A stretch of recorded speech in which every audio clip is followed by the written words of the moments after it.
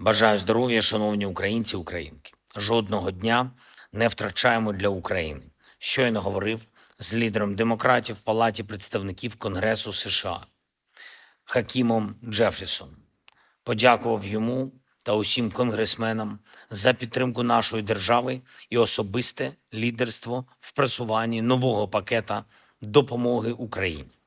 Ми на всіх рівнях взаємодіємо з партнерами, щоб досягти саме того рівня оперативності в допомозі, який потрібен, щоб не лише зберігати наші позиції, але й щоб зривати російські плани війни. Ми ще очікуємо постачання, яке обіцяне Україні.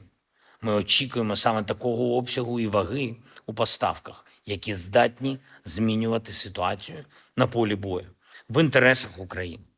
І важливо, щоб була реалізована кожна наша домовленість. Все, що дасть і практичні результати на полі бою, і підтримує моральну силу усіх, хто на передовій. В розмові з паном Джефрісом підкреслив, що необхідні системи Петріот і якнайшвидше. Також зараз наші команди України і Сполучених Штатів працюють над двосторонньою безпековою угодою, вже над конкретним текстом працюємо. Мета наша в тому, щоб зробити цю угоду найбільш сильною з усіх. Обговорюються конкретні основи нашої безпеки, нашої взаємодії. Працюємо і над тим, щоб зафіксувати конкретні рівні підтримки на цей рік і на наступні 10 років. Це і збройна підтримка, і фінансова, і політична, і те, що стосується спільного виробництва зброї. Угода повинна бути дійсно взірцевою, яка відповідатиме силі американського лідерства. Я вдячний нашій команді і команді американської сторони за просування з підготовкою угоди. Наступного тижня теж буде достатньо багато міжнародної комунікації, і публічної, і непублічної. Пам'ятаємо, що нам має принести цей рік в політичному сенсі.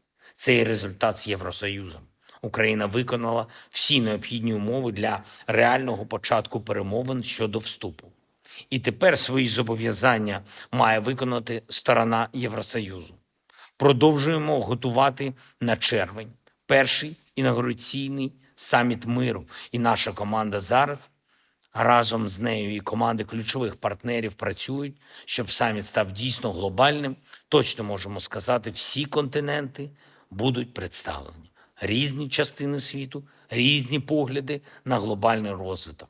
Але всі вони об'єднані однаковим визнанням того, що статут ООН та базові міжнародні конвенції є обов'язковими документами для кожної держави світу, в тому числі і такої, як Росія, де царює божевілля.